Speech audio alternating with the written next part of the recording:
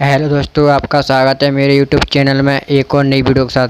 तो दोस्तों, मैं आपको इस वीडियो में आरपीएफ एसआई कांस्टेबल का एक मॉक टेस्ट कराऊंगा, जो दोस्तों आपको अपनी तैयारी के बारे में पता चलेगा। और दोस्तों, आप कमेंट में करके बताना कि आपने 20 क्वेश्चन में से कितने सही किए हैं। तो चलिए दोस्तों, आज की वीडियो का पहला प्रश्न स्टार्ट करते हैं। आपका पहला प्रश्न है, टिहरी बांध किस नदी पर बना है? यानी दोस्तों, जो टिहरी बांध है वो किस नदी पर बना है? आपके ऑप्शन है ए यमुना, बी महानदी, सी कावेरी, डी भागीरथी। तो दोस्तों, आपका राइट आंसर होगा ऑप्शन डी, भागीरथी नदी पर टिहरी बांध बना हुआ है। तो चलिए चलते दोस्तों अगले प्रश्न की ओर।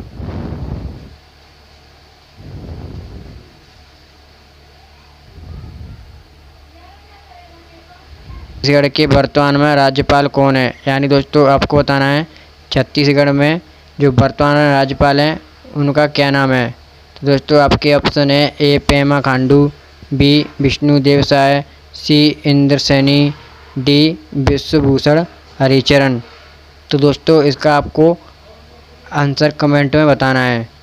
तो दोस्तों, अगर आपको नहीं पता हो तो मुझे कमेंट में कमेंट करके बता दीजिएगा, मैं आपको आपके क्वेश्चन का जवाब दे दूंगा। तो चलिए चलते हैं दोस्तों अगले प्रश्न की ओर।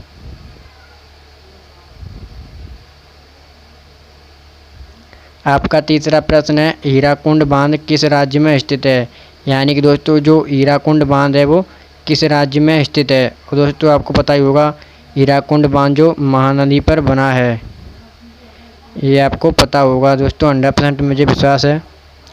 और दोस्तों, आपसे क्या पूछा गया है कि जो हीराकुंड बांध है वो किस राज्य में स्थित है, ये पूछा गया है। तो आपके ऑप्शन है ए आंध्र प्रदेश, बी उड़ीसा, सी तमिलनाडु, डी कर्नाटक।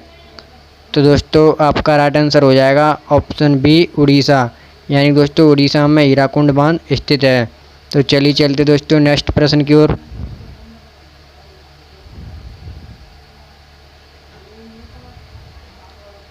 आपका अगला प्रश्न है, इंडिका पुस्तक किसके द्वारा लिखी गई थी? यानी दोस्तों, जो इंडिका पुस्तक है वो किसने लिखी है? आपके ऑप्शन है A Karl Marx, B Abul Fazal, C मैगन स्टीज, D इन बबूता। तो दोस्तों, आपका राइट आंसर हो जाएगा ऑप्शन सी, मैगन स्टीज। यानी मैगन स्टीज ने इंडिका पुस्तक लिखी है। और दोस्तों, आपको पता ही होगा जो अबुल फजल इसने अकबरनामा ग्रंथ की रचना की थी, ये आपको पता होना चाहिए। तो चलिए चलते दोस्तों नेक्स्ट प्रश्न की ओर।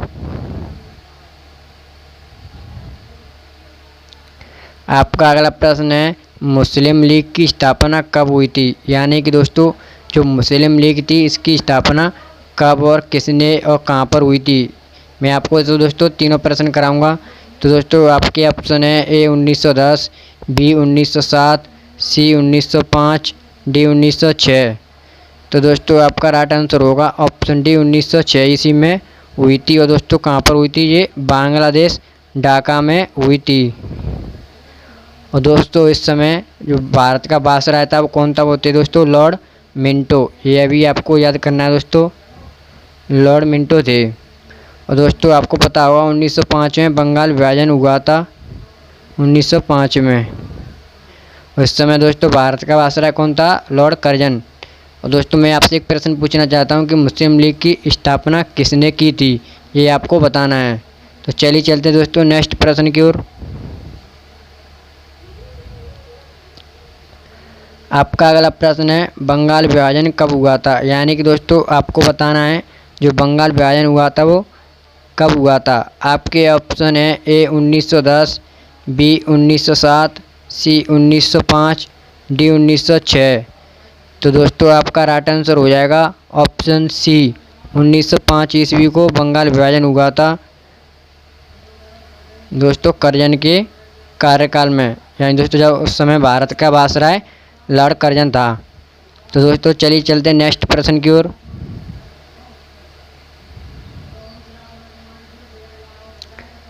आपका अगला प्रश्न है, पूना समझौता किस किस के मध्य हुआ था?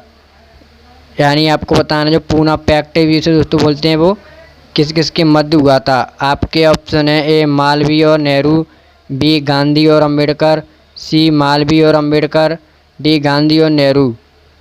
तो दोस्तों, आपका राइट आंसर हो जाएगा ऑप्शन बी गांधी और अंबेडकर के मध्य हुआ था। जो दोस्तों गांधी जी आपको पता होगा जेल में थे और जब अंबेडकर उनसे मिलने गए थे, यानी एक आंदोलन चल रहा था, आपको पता होगा दोस्तों असहयोग आंदोलन। तो उस समय दोस्तों गांधी जी जेल में थे तो अंबेडकर उनसे वहीं पर समझौता करने के लिए गए थे। तो दोस्तों ये आपको याद करना है। चलिए चलते हैं नेक्स्ट प्रश्न की ओर।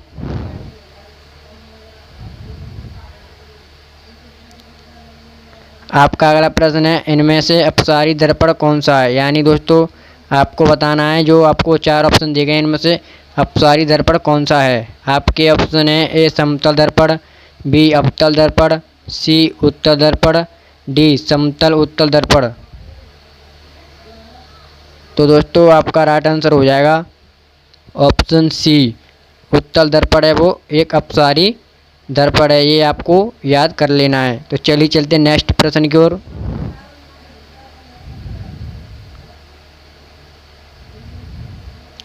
आपका अगला प्रश्न है, थूमथांग घाटी कहाँ पर स्थित है? यानी कि दोस्तों जो थूमथांग घाटी है वो भारत के किस राज्य में स्थित है? आपके ऑप्शन है तमिलनाडु, बी कर्नाटक, सी सिक्किम, डी असम। तो दोस्तों आपका राइट आंसर होगा ऑप्शन सी सिक्किम, यानी कि सिक्किम में स्थित है। दोस्तों आपको ईमानदारी से कमेंट करके बताना है कि दोस्तों आप 20 में से कितने प्रश्न सही कर रहे हैं। तो दोस्तों अगर आपका टारगेट 15 से प्लस होगा तो दोस्तों आप जीके में आरपीएफ में स्कोर अच्छा कर सकते हैं। तो चलिए चलते नेक्स्ट प्रश्न की ओर। आपका अगला प्रश्न है, वायुमंडल के गर्म होने का कारण क्या है? यानी दोस्तों जो वायुमंडल गर्म होता है उसका होने का क्या कारण है? आपके ऑप्शन है परावर्तन के कारण, बी विकिरण के कारण, सी संवहन के कारण, डी अणुओं की गति के कारण। तो दोस्तों आपका राइट आंसर होगा ऑप्शन बी विकिरण के कारण। अब दोस्तों आप सोच रहे होंगे कि विकिरण के कारण कैसे गर्म होता है। तो दोस्तों मैं बता दूं, जब सूर्य से जो हानिकारक किरणें आती हैं तो दोस्तों आपको पता ही होगा जो ओजोन परत है वो मस्त हमारी रक्षा करती है। तो दोस्तों उसी की वजह से जो ओजोन परत होती है उसी की वजह से वायुमंडल होता है पूरा गर्म हो जाता है। तो दोस्तों आपको समझ में आ गया होगा। तो चलिए चलते हैं नेक्स्ट प्रश्न की ओर।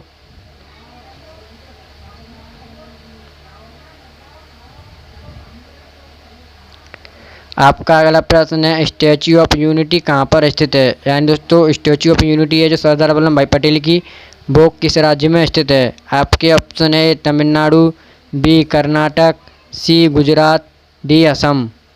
तो दोस्तों आपका राइट आंसर होगा ऑप्शन सी गुजरात, यानी कि गुजरात में स्थित है। तो चलिए चलते हैं नेक्स्ट प्रश्न की ओर।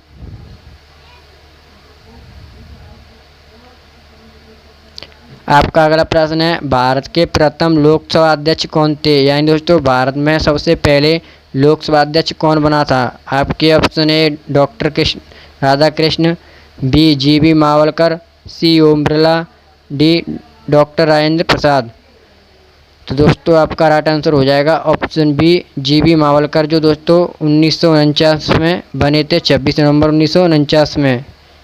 तो चलिए चलते नेक्स्ट प्रश्न की ओर।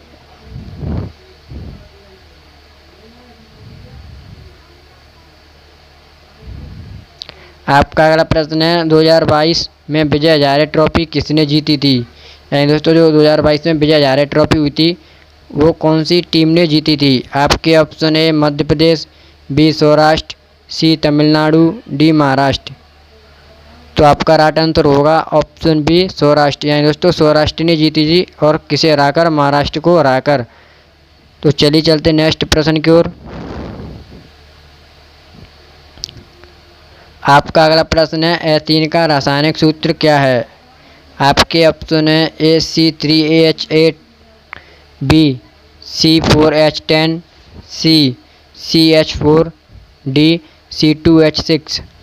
तो दोस्तों आपका राइट आंसर होगा ऑप्शन डी C2H6। तो चलिए चलते नेक्स्ट प्रश्न की ओर।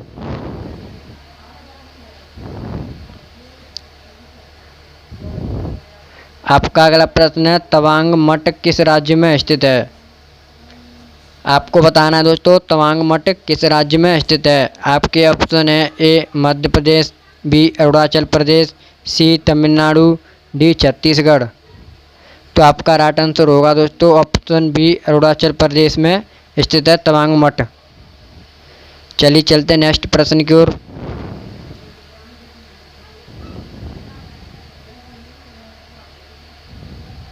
आपका अगला प्रश्न है सिमलीपाल राष्ट्रीय उद्यान किस राज्य में स्थित है, यानी आपको बताना है।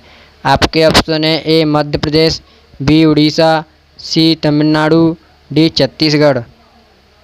तो दोस्तों आपका राइट आंसर हो जाएगा ऑप्शन बी उड़ीसा, यानी उड़ीसा राज्य में स्थित है सिमलीपाल राष्ट्रीय उद्यान। दोस्तों एक नेशनल पार्क भी है। तो चलिए चलते हैं नेक्स्ट प्रश्न की ओर।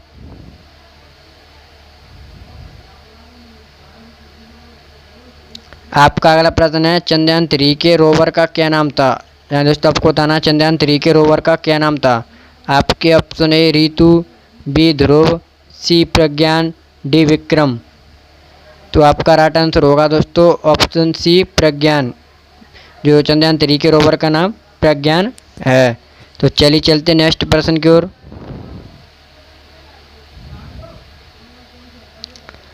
आपका अगला प्रश्न है सरदार वल्लभ भाई पटेल को सरदार की उपाधि किसने दी थी, यानी दोस्तों जो सरदार वल्लभ भाई पटेल थे उनको सरदार की उपाधि किसने दी थी। आपके ऑप्शन है ए रविन्द्रनाथ टैगोर ने, बी अंग्रेजों ने, सी बारदौली की महिलाओं ने, डी महात्मा गांधी ने।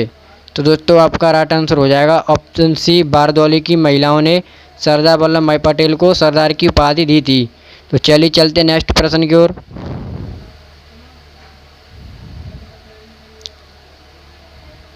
आपका अगला प्रश्न है 1773 ईस्वी में ब्रिटिश भारत का पहला गवर्नर जनरल कौन था, यानी दोस्तों 1773 ईस्वी में भारत का जो गवर्नर जनरल था वो कौन था। आपका दोस्तों ये ऑप्शन है A Warren Hasting, B Lord Dalhousie, C Lord William Bentinck, D Lord Curzon. तो आपका राइट आंसर होगा ऑप्शन ए लॉर्ड जो वॉरेन हेस्टिंग थे दोस्तों वही थे। इन्होंने तो आपको पता ही होगा जो 1773 ईस्वी में एक रेगुलेटिंग एक्ट जारी किया था, जिसकी वजह से दोस्तों इन्होंने जो दोहरी सरकार थी उसका अंत या उसकी समाप्त किया था। दोस्तों आपको एक और प्रश्न पता होगा जो लॉर्ड डलहौजी ने भारतीय रेल का जनक कहा जाता है, ये भी आपको पता होना चाहिए। और लॉर्ड विलियम बेंटिंग जो दोस्तों हमारे भारत के यानी प्रथम गवर्नर जनरल थे। और लॉर्ड कर्जन जो दोस्तों 1905 ईस्वी में बंगाल विभाजन इन्हीं के समय में हुआ था। तो चलिए चलते नेक्स्ट प्रश्न की ओर। आपका अगला प्रश्न है संतोष ट्रॉफी का संबंध किस खेल से है, यानी आपको बताना है जो संतोष ट्रॉफी है उसका संबंध किस खेल से है। आपके ऑप्शन है कबड्डी, बी हॉकी, सी क्रिकेट, डी फुटबॉल। तो दोस्तों आपका राइट आंसर हो जाएगा ऑप्शन डी फुटबॉल, यानी जो संतोष ट्रॉफी का संबंध फुटबॉल से है। दोस्तों आपको पता होना चाहिए कि फुटबॉल में कितने खिलाड़ी होते हैं, 11, और क्रिकेट में भी 11, हॉकी में भी 11, और कबड्डी में दोस्तों 7 खिलाड़ी होते हैं। तो अगर दोस्तों आपको वीडियो अच्छी लगी हो मेरी तो वीडियो को लाइक और प्लीज़ दोस्तों चैनल को सब्सक्राइब जरूर कर देना। हाँ दोस्तों अगर आपने अपना अच्छा स्कोर किया है प्रैक्टिस सेट मैंने आपको कराया, इसमें आप हमें कमेंट में ज़रूर बता सकते हैं दोस्तों आपने कितने प्रश्न सही किए हैं। अगर दोस्तों आपको प्रश्न अच्छे लगे हों तो हमें कमेंट में बता दीजिएगा दोस्तों, इससे बेहतरीन और प्रैक्टिस सेट लेके आएंगे आपके लिए दोस्तों आरपीएफ के लिए। तो चलिए दोस्तों मिलते हैं अगली वीडियो में। जय हिंद जय भारत।